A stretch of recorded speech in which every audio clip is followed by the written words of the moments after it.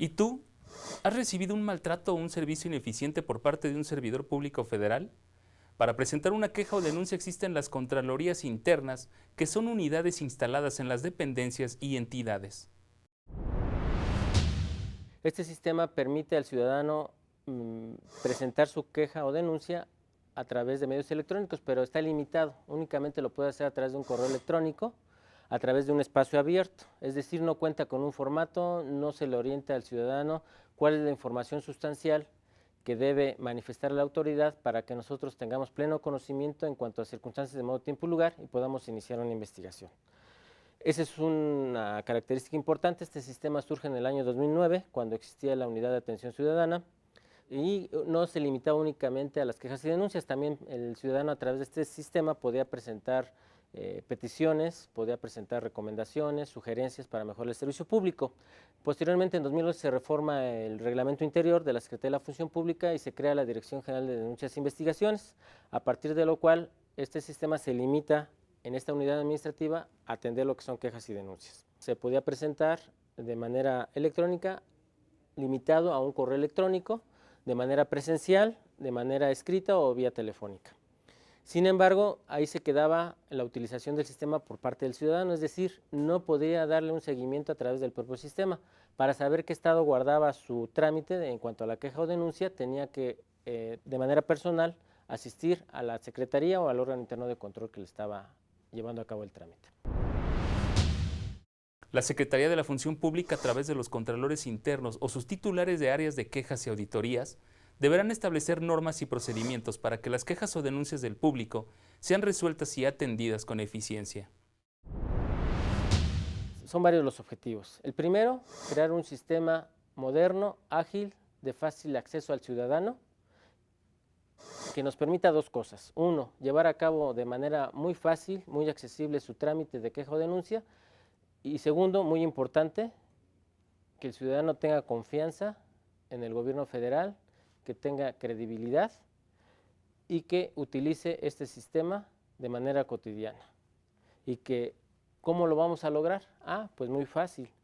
A través de este sistema, primero, el ciudadano no va, la presentación de la queja o denuncia no va a ser a través de un correo electrónico, sino que él directamente va a ingresar al portal de la Secretaría de la Función Pública, va a registrarse como usuario en el sistema, proporcionando un correo electrónico y una contraseña que va a generar, y en ese momento el sistema le va a dar acceso a un formato que va a contener los datos esenciales para que nosotros como autoridad tengamos pleno conocimiento de los hechos motivo de la queja o denuncia. Es decir, lo vamos a ir orientando, no lo vamos a dejar ahí a la deriva, pues pon lo que tú creas, no, lo vamos a ir orientando para conocer las circunstancias de modo, tiempo y lugar. Y algo muy importante, el sistema va a permitir que el ciudadano, desde una laptop, desde una computadora de escritorio, desde un iPad, desde un teléfono inteligente, simplemente que tenga conexión a internet, pueda presentar esta queja o denuncia y pueda en ese momento él adjuntar videos, fotografías, textos, lo que quiera. Es decir, se va a agilizar y el ciudadano va a poder estar aportando en ese momento las pruebas necesarias para acreditar su dicho. ¿Cuáles son las obligaciones de los servidores públicos? ¿Cuáles son las sanciones por incumplirlas? ¿Y qué pasa si tu queja o denuncia no prospera? Hoy vamos a platicar con una asesora jurídica federal sobre este tema. Bienvenidos.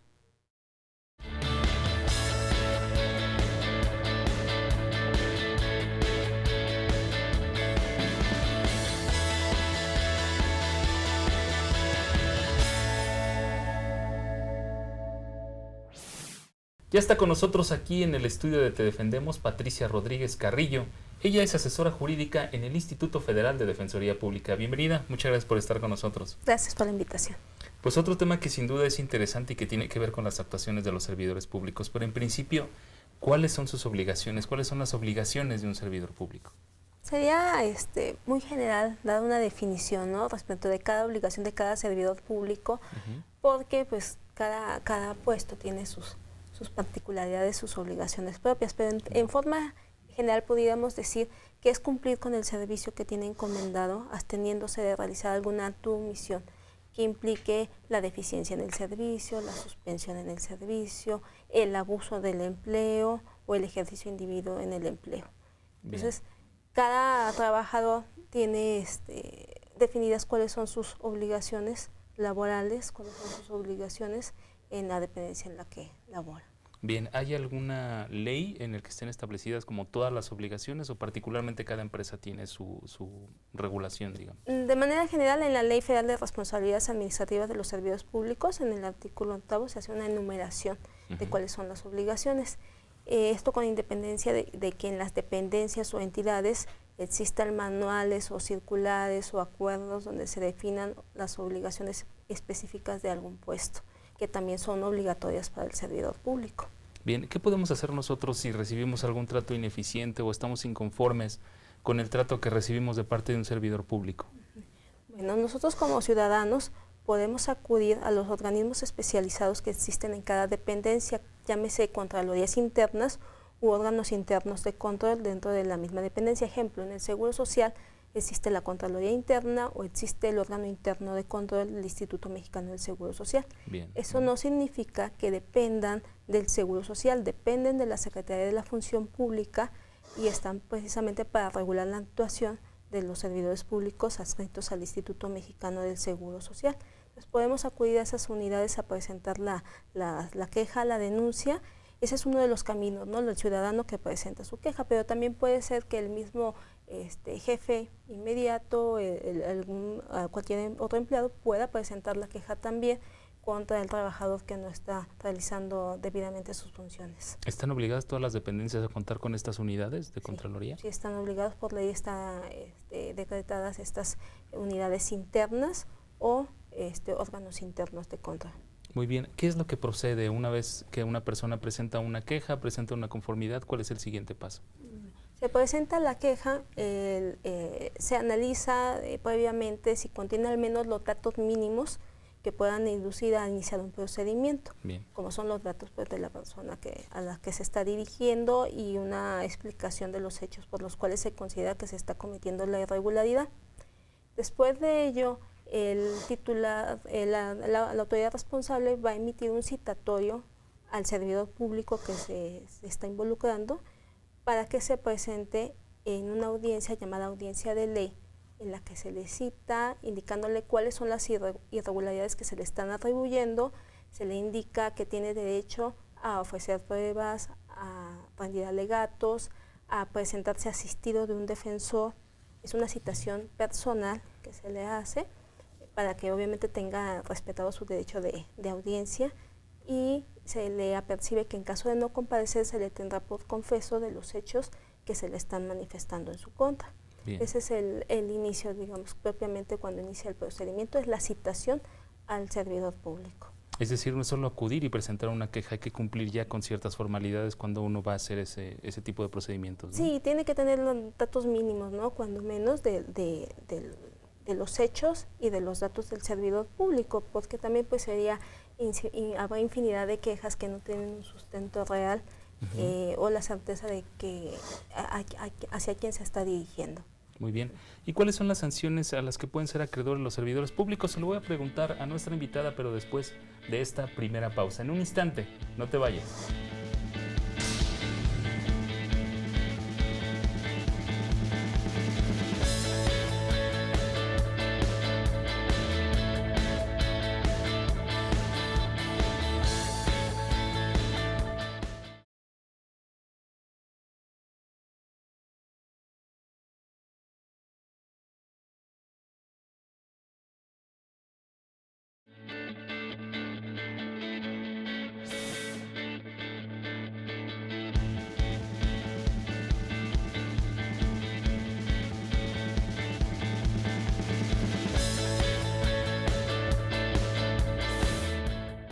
Bien, ya estamos de vuelta. Gracias por seguir con nosotros aquí en Te Defendemos. Licenciada, como saben, en esta parte del programa presentamos un sondeo y en esta ocasión salimos a la calle a preguntarle a la gente cómo debería ser el trato que reciben por parte de un servidor público. Vamos a ver lo que nos dijeron.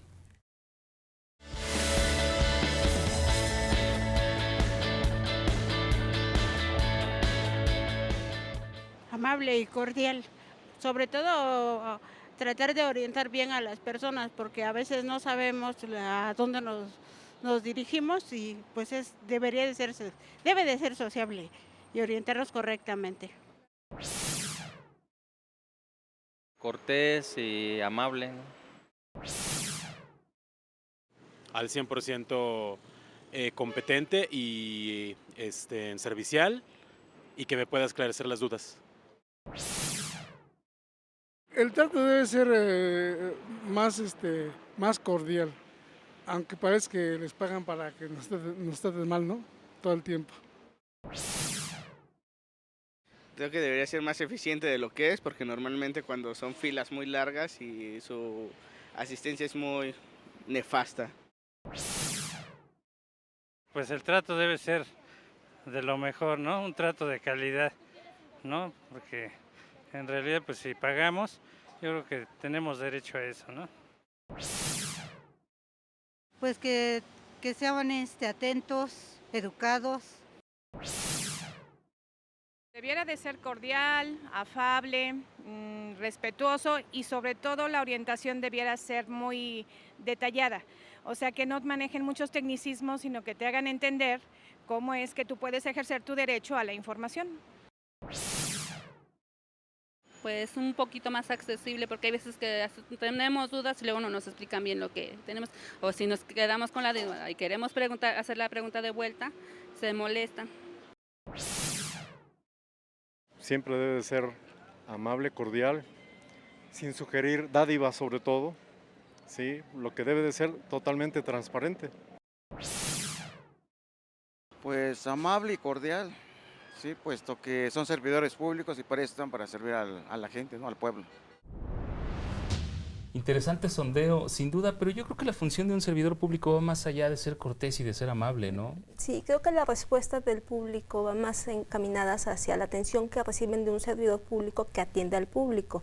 Pero un servidor público, como ejemplo, una persona que está encargada de una farmacia del ISSSTE, puede que atienda al público y a las personas derechohabientes y les entregue el medicamento, pero no es esa nada más su función, ¿no? Sino su función es pues guardar el medicamento, tener la documentación, hacer los inventarios, en fin, manda el medicamento caduco, cuál es todo su catálogo de obligaciones. Entonces, la parte de atención al público pues es una pequeña parte que a lo mejor ese servidor público hace, o inclusive que ese servidor público no le corresponde hacer, no le toca atender a las personas, pero sí resguardar el medicamento. Entonces, sí va más allá de lo que son meramente la atención al público, las funciones de un servidor público. Hay servidores públicos que no atienden público, entonces, pero tienen sus funciones, cuál es su trabajo, cuáles son su catálogo de obligaciones al que estuviera obligado. Sí, porque quizá la persona que está en atención al público ni siquiera es un servidor público, como lo menciona, ¿no? Sí, pudiera ser. A veces en las dependencias ponen a policías privados a atender al público de primera intención, y realmente a veces ni siquiera es un servidor debe cumplir público con esa obligación. Bien, nos comentaba en el primer bloque algo acerca del procedimiento para presentar una inconformidad o una queja ante un servidor público. Para precisar, ¿cuál es el procedimiento? Sí, bueno, como lo comentamos, si es del particular, el ciudadano debe de presentarse ante la dependencia para presentar, ya sea en un formato que la misma dependencia tiene o en un escrito libre, hacer su queja, su denuncia. Inclusive ya en algunas dependencias se puede hacer hasta por internet. Bien. Debe de señalar obviamente cuáles son sus datos, su inconformidad, hacia quién se dirige. Las autoridades competentes a través de la Secretaría de la Función Pública pues determinarán si eso no es de inicio viable, pues el análisis, la investigación de la queja que se está presentando. Bien. Se cita al servidor público, se lleva a cabo la audiencia de ley, se ofrecen las pruebas por parte del servidor público como también de la persona que está interponiendo la queja, si es su deseo, para que se investigue. O sea, el hecho de investigar no significa que el servidor público vaya a ser sancionado, ¿no? Va a ser investigado, va a estar sujeto a una investigación que puede dar lugar a que sea improcedente la queja o que realmente si existan fundamentos para imponer alguna sanción al servidor público. Okay. Entonces, también se le debe de ver la otra parte, que es el servidor público, debe respetarse de su garantía de audiencia, ofrecer pruebas y respetarle que no es culpable, ¿no? Hasta en tanto no se resuelva, no se investigue cuál es finalmente si se incumplió o no con sus obligaciones. Bien, hablaba de la Secretaría de Función Pública. ¿Esta es la autoridad competente para conocer este tipo de procedimientos? Así es la Secretaría de la Función Pública a través de los titulares de auditorías, titulares del área de quejas, titulares del área de responsabilidades que pertenecen a la Secretaría de la Función Pública, son los que sustancian el procedimiento, resuelven y notifican al servidor público como a la persona que presentó la queja cuál es el resultado de la investigación, para que en todo caso pues el servidor público pueda estar en actitud de combatir esa resolución. Bien, nos comentaba al principio que las obligaciones pueden variar de acuerdo al tipo de dependencia, y sobre las sanciones, ¿hay un estándar o también hay alguna variación dependiendo del lugar donde trabajen? Las sanciones sí están definidas en la ley, Bien. ¿sí? No pueden ser otras sino las que están establecidas en la Ley Federal de Responsabilidades Administrativas de los Servidores Públicos. Pudiera ir desde la sanción más baja, que es una amonestación pública o privada, una suspensión en el empleo, que puede ser por un periodo de no menos de 3 días ni mayor a 1 año. Puede haber la sanción de destitución del empleo, la sanción económica también, o inclusive la inhabilitación para desempeñar un empleo o cargo público. Esa inhabilitación, la ley marca que puede ser de 6 meses el periodo hasta inclusive 20 años, dependiendo del lucro, del beneficio, del perjuicio que se causó. Es como de lo más grave, ¿no? Sí, y no puede ser nada más una, sino que puede haber un conjunto de sanciones. Ejemplo, puede ser un servidor público inhabilitado, destituido, y además se le impone una sanción económica. Esto destituido ya definitivamente de su cargo. Del cargo que venían hasta ese momento desempeñando, y inhabilitado para desempeñar otros puestos por el tiempo que se marque en la resolución. Importante conocerlo. ¿Y cuál es la labor de los asesores jurídicos ante estos temas? Vamos a verlo, pero después de esta segunda pausa, en un instante. No te vayas.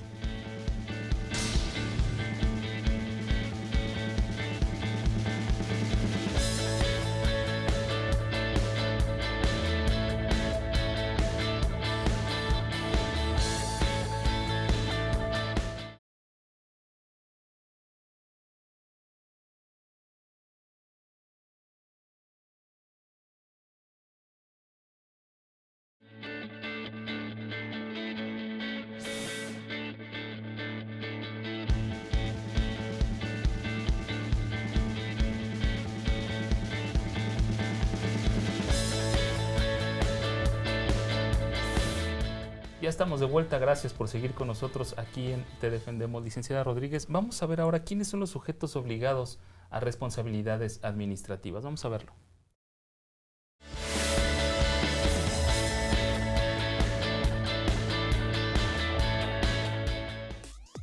Según la Ley Federal de Responsabilidades de los Servidores Públicos, los sujetos obligados a responsabilidades administrativas son los representantes de elección popular, los miembros del Poder Judicial de la Federación, los miembros del Poder Judicial del Distrito Federal, los funcionarios y empleados y en general toda persona que desempeñe un empleo, cargo o comisión de cualquier naturaleza en la Administración Pública Federal o en el Distrito Federal, los gobernadores de los estados y los magistrados de los Tribunales Supremos de Justicia locales. Y bien, antes de entrar con las preguntas del público, nada más para concluir con el tema, ¿qué pasa si el ciudadano siente que su queja o su inconformidad no prospera, y cuál es el papel de ustedes ahí como asesores jurídicos? Claro, sí. Bueno, se ha definido por la Suprema Corte de Justicia de la Nación. Es un tema un poquito controversial porque las personas que presentan su queja tienen derecho precisamente a presentar su queja, sus documentos, sus pruebas con las que aseveren que existe una actuación irregular por parte del servidor público. Tienen derecho a conocer cuál fue el resultado de esa queja, si fue fundada o fue declarada infundada, pero no tiene, de acuerdo al criterio de la Suprema Corte de Justicia de la Nación, no tienen interés jurídico para combatir esa resolución. Bien. Esto porque se ha estudiado, se ha analizado que lo que se defiende en la actuación de un servidor público no es un interés personal del quejoso, sino que se dé un óptimo servicio público. Okay. Entonces, a quien se le afecta sería a la sociedad, al Estado como tal, el que un servidor público no esté cumpliendo con sus obligaciones. Por lo tanto, el particular se estima que no tiene el interés jurídico para atacar esa resolución en caso de que se resuelva que es improcedente. Bien. Nos comentaba que para poder presentar una inconformidad ante la Contraloría, lo recomendable es acudir en compañía de un defensor, ¿no? O de algún abogado. No, realmente no. Para quien lo va a presentar la queja, pues va a hacer las manifestaciones que le constan, Bien. ¿sí? Va a ofrecer sus documentos, y realmente es aquí el servidor público el que requiere la defensa, pues que está siendo sujeto a una investigación. Bien. Y obviamente tiene los términos de ofrecer pruebas, de ofrecer alegatos, de preparar su defensa. Ejemplo, si le dicen hay un faltante de materiales, pues tiene que reunir la documentación para decir cómo fue que se hizo el balance, la auditoría, en fin. Entonces, realmente quien requiere la defensa es el servidor lo que público. es el servidor público. Y ahí ustedes entran a representar al servidor público. Así entonces. es, ese es nuestro papel principal, en darle el servicio de representación jurídica que consiste en asistirlo durante todo el procedimiento desde la audiencia de ley, preparar las pruebas y en caso de que sea desfavorable, promover los medios de defensa como pudieran ser un juicio contencioso administrativo ante el Tribunal Federal de Justicia Fiscal y Administrativo. Obviamente es un procedimiento en donde se tiene que estar preparado desde el inicio, ofrecer todas las pruebas tendientes a demostrar que su actuación ha sido legal, porque ya llegado en un juicio no puede ofrecer pruebas distintas a las que ofreció en el procedimiento administrativo como tal, en la investigación. Entonces sí es relevante o importante contar con la asistencia de un abogado para que, llegado el caso, en caso de que resulte desfavorable la resolución, pues tenga preparado su juicio con las pruebas pertinentes y que pueda demostrar digámoslo así, su no responsabilidad administrativa. Muy bien. Asesora, si le parece bien, vamos ahora con algunas preguntas del público sobre este tema.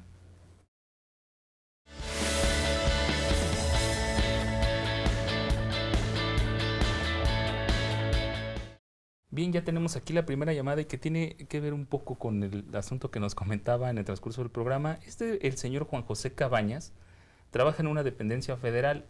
A través de una auditoría detectaron un faltante de medicinas y están investigando a su jefe inmediato, incluso ya lo suspendieron. A él lo está citando directamente el órgano interno para que declare como testigo, no como responsable. ¿Debe acudir o puede negarse a hacerlo?, nos pregunta. Bueno, la sugerencia de primera idea es que tiene que acudir, porque las autoridades que lo están citando, las autoridades de la Secretaría de la Función Pública, llámese titular de auditoría, de área de quejas o de responsabilidades, quien lo estuviera citando, tiene un mandato legítimo, es una autoridad, tiene la ley, le da medidas de apremio para el caso de que alguna persona se niegue a cumplir con sus mandatos, como son multa o como son arresto, y esto con independencia de que pueda caer en algún ilícito contemplado en la legislación penal. Por lo tanto, mi sugerencia es que debe de acudir, aunque pueda hacerlo obviamente asesorado por un defensor, para que lo asista y le dé la seguridad de enfrentar este asunto, esta ¿no? situación. Muy bien. Esta llamada es del señor Gabriel Delgadillo. Nos dice que labora en una delegación del gobierno del Distrito Federal. La Contraloría le notificó una resolución de suspensión de labores. ¿Qué puede hacer?, nos pregunta. Bueno, de los datos que nos está dando el señor, se arroja que lo está citando la Contraloría del Gobierno del DF. Entonces, estamos hablando de un procedimiento similar al que hemos manejado, pero se trata de una dependencia del Gobierno del Distrito Federal. Por lo tanto, la ley que lo regula a él como el órgano al que se dirigen las demandas, el tribunal, es distinto. En este caso, la Ley Federal de Responsabilidades de los Servidores Públicos, y el órgano encargado, el tribunal encargado, es el Tribunal de lo Contencioso Administrativo del DF. Okay. Yo le sugiero que pueda acudir con nosotros para indicarle hacia qué dependencia tiene que acudir para que le den el servicio gratuito y que de igual manera lo representen en el juicio, tanto desde la audiencia de ley como en el juicio contencioso administrativo. Aquí ustedes pueden ofrecerle el servicio de orientación nada más, ¿no? Así es, sí. Por ser una dependencia local quien lo está citando, no es en el ámbito federal, y nosotros como abogados, asesores jurídicos, representamos únicamente en materias del orden federal. Perfecto. Esta llamada es de Roberto Martínez de la colonia 10 de abril. Nos comenta que le acaban de notificar una resolución en donde el órgano interno de control de su dependencia le impone una sanción de amonestación pública. Su abogado le dice que va a promover un recurso de revocación. ¿Le podría orientar respecto de ese recurso? Sí, claro que sí. Es adecuado, es correcto lo que está haciendo su abogado. La ley le plantea la posibilidad de promover un recurso de revocación de manera optativa o el juicio contencioso administrativo. Si opta por interponer el recurso de revocación, una vez que se resuelva esta, podría acudir a promover el juicio contencioso administrativo. Esto es un recurso, llamémoslo intermedio, que está en posibilidad de presentar. Este recurso se ofrecen pruebas, se hacen alegatos, se emite la resolución de igual manera y si es desfavorable, pues tiene la oportunidad de atacarlo a través del juicio contencioso administrativo. Muy bien, pues se nos quedan muchas llamadas más, sin duda es un tema que da para otro programa, pero pues se nos terminó el tiempo y agradezco mucho que haya estado en el programa de hoy para atender estas preguntas del público. No, agradezco a ustedes la invitación, muchas gracias. Ella es Patricia Rodríguez Carrillo, asesora jurídica en el Instituto Federal de Defensoría Pública. Muchas gracias por haber estado con nosotros. Gracias a ustedes. Y a ustedes, como siempre, les agradezco el favor de su atención y los espero la próxima semana en otro programa más de Te Defendemos. Y en tanto, la invitación a permanecer en la señal del canal judicial. Hasta la próxima.